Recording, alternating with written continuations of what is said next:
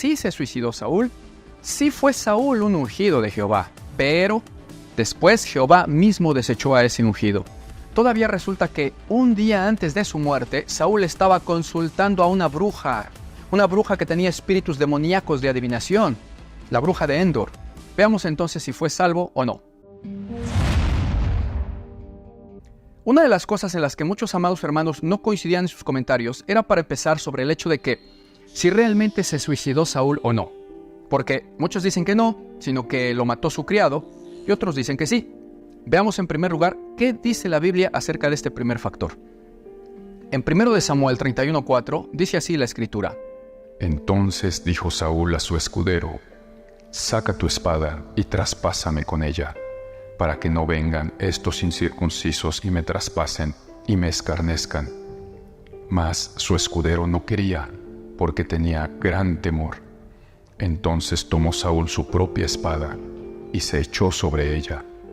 Y viendo su escudero a Saúl muerto, él también se echó sobre su espada y murió con él. Viendo la claridad de este pasaje acerca del suicidio de Saúl, ¿cuál sería la razón por la que muchos amados hermanos se confunden un poquito con esto diciendo que su criado fue el que lo mató? Bueno, quizás se deba a que muchas veces la gente lee Samuel, pero ahora en el segundo libro, donde en el capítulo 1 versos del 2 al 16, dice la Escritura que un varón amalecita le mintió a David diciéndole que él era el que mató a Saúl, pensando que con eso agradaría a David, ya que Saúl se la pasaba buscando a David para matarle. Pero no fue así. No agradó eso a David porque, como él era un hombre justo, nunca quiso juzgar él mismo a quien él llamaba un ungido de Jehová, sino que en todo momento quería dejar ese juicio a Dios, a sabiendas de que Dios ciertamente sí juzgaría a Saúl.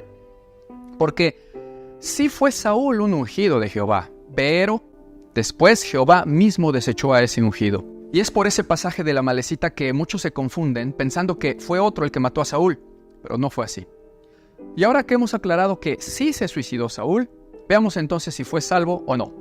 Aunque ya está entonces muy claro el asunto, pero para confirmar la situación de Saúl, analicemos no solo el suicidio que realizó, el cual ya vimos que fue realidad, sino que además de eso, veamos cuáles fueron los caminos y las obras de Saúl en sus últimos días, e incluso en sus últimos años de vida, después de haber sido desechado por Dios. Punto número 1. Era desobediente a Jehová. Y el colmo de su desobediencia llegó cuando no ejecutó la venganza de Jehová que había decretado sobre los amalecitas. Dice así en 1 Samuel 15:23.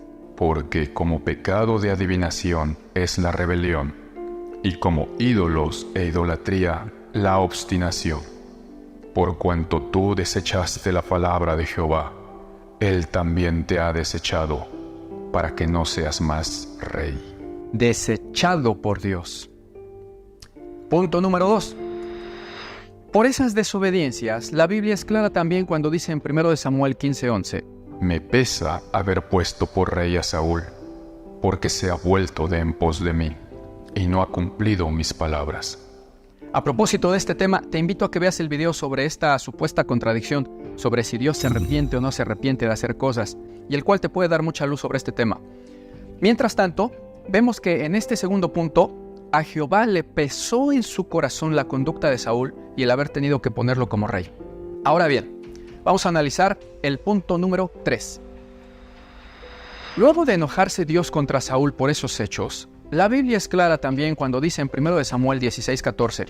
Y el espíritu de Jehová se apartó de Saúl, y en su lugar dejó que un espíritu maligno le atormentara de parte de Jehová. Punto número 4. También la Biblia es muy clara cuando nos muestra que después de eso Jehová ya no respondía más a Saúl. Como por ejemplo lo podemos ver cuando los filisteos acosaron a Israel acampando en Sunem y Saúl tuvo mucho miedo. Y la Biblia dice en 1 Samuel 28:6.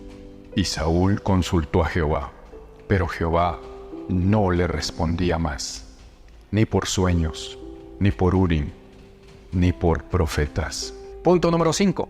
Además de todo esto, de que ya tenía un espíritu maligno que le atormentaba y que Dios le había desechado y que no le respondía más, todavía resulta que un día antes de su muerte, Saúl estaba consultando a una bruja que tenía espíritus demoníacos de adivinación, la bruja de Endor. 1 Samuel 28:7 dice: Entonces Saúl dijo a sus criados: buscadme una mujer que tenga espíritu de adivinación, para que yo vaya a ella y por medio de ella pregunte. Y sus criados le respondieron: He aquí, hay una mujer en Endor que tiene espíritu de adivinación. Y finalmente, punto número 6, que aparte de todo esto, como ya vimos, sí se suicidó. De tal manera que tenemos la certeza de su condenación, mas no porque nosotros lo condenemos, sino porque Dios en la Biblia dice claramente que los hechiceros, los brujos, los espiritistas, los abominables, los desobedientes, los asesinos, etc., Dios es el que dice que no está con ellos, que está apartado de ellos y que por lo tanto de ninguna manera pueden haber sido salvos. Por Biblia, no porque nosotros lo digamos. Y es que algunos muchas veces afirman que solo Dios sabe a quién salva y condena y que por qué nos atrevemos a decir que se condenó. Bueno, es que si Dios dice que ni los hechiceros, ni los fornicarios, ni los homicidas, ni los mentirosos, etc., ninguno de esos heredará el reino de Dios, entonces no somos nosotros los que decimos que Saúl no heredó el reino de Dios, sino que es Dios quien lo dice, por cuanto hasta su última acción fue malvada y perversa, que fue atentar contra su propia vida, independientemente de todo el pecado y maldad en la que andaba, y por lo cual Jehová lo había abandonado y dejó en su lugar que le dominara un espíritu maligno. Por ello sabemos que Saúl no pudo ser salvo. Y bien, eso en cuanto a Saúl. Ahora veamos el caso del rey Salomón. En ese caso es más sencillo porque hay un decreto de Dios en la Biblia que nos dice si se salvó o no se salvó. Todos sabemos que la Biblia nos narra que Salomón se apartó temporalmente de Jehová, llegándose a mujeres extranjeras, de las cuales Dios había prohibido que se llegasen a ellas, las cuales tenían otros dioses, y las cuales también hicieron que el mismo Salomón buscara a esos dioses, y por lo cual Dios se enojó con él y dividió su reino.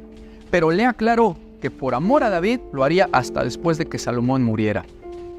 Esto lo encontramos, por ejemplo, en 1 de Reyes 11, del 1 al 17.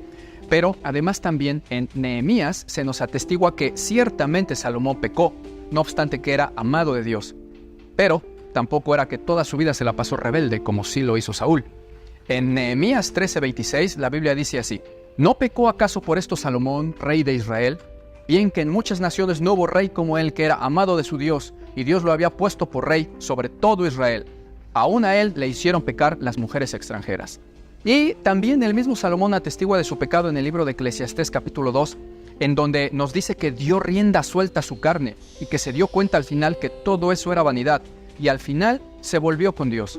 Pero la pregunta hasta aquí sería: ¿se volvió con Dios y Dios le recibió y fue salvo o no? Bueno, veamos cuál es ese decreto de Dios acerca del final de Salomón.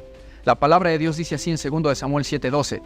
Dios le dice a David acerca de Salomón: Y cuando tus días sean cumplidos y duermas con tus padres, yo levantaré después de ti a uno de tu linaje, el cual procederá de tus entrañas, y yo afirmaré su reino. Él edificará casa a mi nombre, y yo afirmaré para siempre el trono de su reino. Yo le seré a él padre, y él me será a mí hijo. Y atención con esto, hermanos. Sigue diciendo la Escritura: Y si él hiciere mal, yo le castigaré con vara de hombres y con azotes de hijos de hombres. Pero mi misericordia no se apartará de él, como si la aparté de Saúl, al cual quité de delante de ti. Como podemos ver, según las promesas de Dios, quien nunca falla ni miente, al final la misericordia de Dios no se apartó de Salomón. Y sabiendo esto, conocemos que al final fue considerado como un hombre justo, por lo que sabemos que fue salvo, que ahorita seguramente está en la presencia de Dios. Y por último, veamos el caso de Judas, del cual sabemos que se suicidó, y cuyo caso es mucho más sencillo de dilucidar aún, primeramente por todo lo que ya hemos hablado bíblicamente acerca del destino que les espera a los que se quitan la vida, y en segundo lugar porque también la Biblia dice claramente el decreto sobre el destino final de Judas.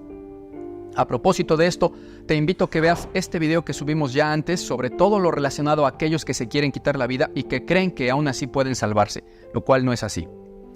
Veamos qué dice la Biblia en Hechos 1, 24 y 25 sobre el destino final de Judas.